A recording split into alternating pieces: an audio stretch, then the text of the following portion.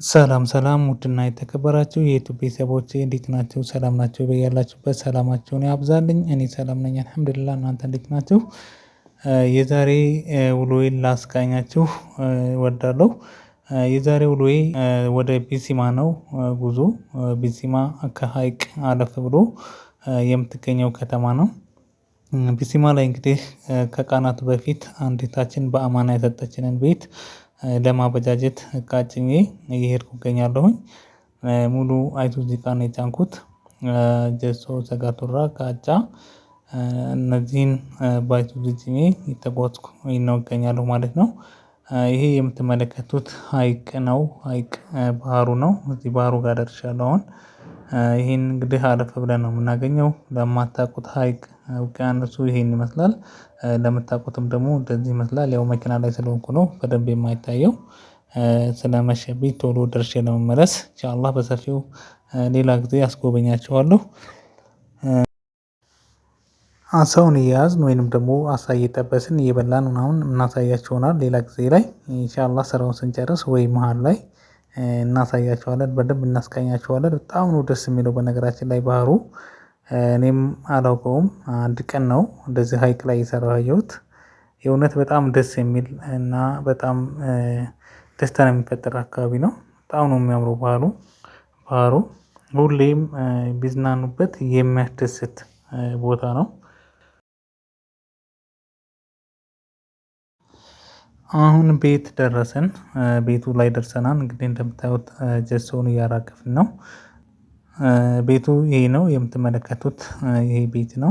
እንደምታዩት 4 ክፍል ቤት ነው። 85 ቆርቆሮ ቤት ነው። ይሄ 85 ቆርቆሮ ቤት እንግዲህ እንደምትመለከቱት ልጥፍ ነው፣ አልተለሰነም። በጣም ብዙ ማቴሪያሎችን ይወስዳል። እቃ አንሶኛል ድጋሚ ራሱ ሊያስጨምረኝ ይችላል። ይህንን ቤት እንግዲህ ፏ ብትን አድርገን ልናስውበውና እናሰማምረው እንደዚህ ወደ ቢሲማ ጎራ ብለናል ማለት ነው። በዚሁ አጋጣሚ ቢሲማ ላይ የምትገኙ እህት ወንድሞች ገባ ገባ እያላችሁ አናግሩን። ቤታችሁን ፏ ብትን ማድረግ ለምትፈልጉ እህት ወንድሞች እዚሁ እድሉን ተጠቀሙ። በዚሁ ሰርተንና አሳምረንላችሁ እንወጣለን። አዲስ ቤት ማሰራት፣ ግርፍ ማስገረፍ እንዲሁም ደግሞ ፊኒሺንግ ስራ ማሰራት እየፈለጋችሁ በአጠቃላይ በቤት ዙሪያ ላይ ማሰራት የምትፈልጉ ካላችሁ ቢሲማ ላይ አሁን እዛ ነው የምንገኘው ማለት ነው። እንግዲህ ቢሲማ አትሄድም ወይ? ቢሲማ ሄደህ መቼ ነው የምትሰራው? በሀይቅ መስመር መቼ ነው የምትሄድ የምትሉኝ እህት ወንድሞች ሄጃለሁ ማለት ነው። ይሄን አጋጣሚያችሁን ተጠቀሙ።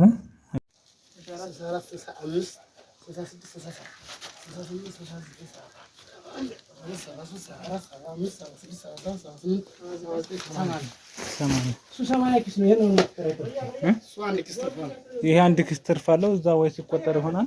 ችግር የለም ብሩን ቢሆን ሰጠዋለሁ።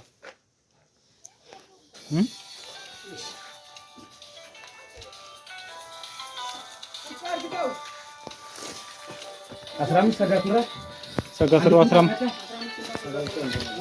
79 ነው።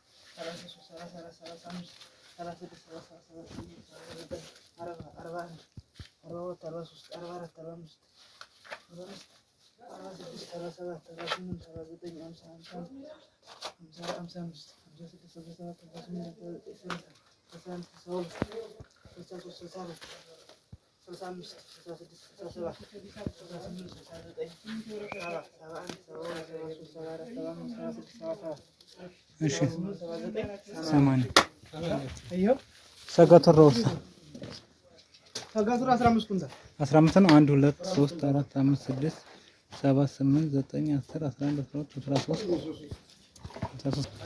1 2 3 4 5 6 7 8 9 10 11 12 13 14 15 ታየሽ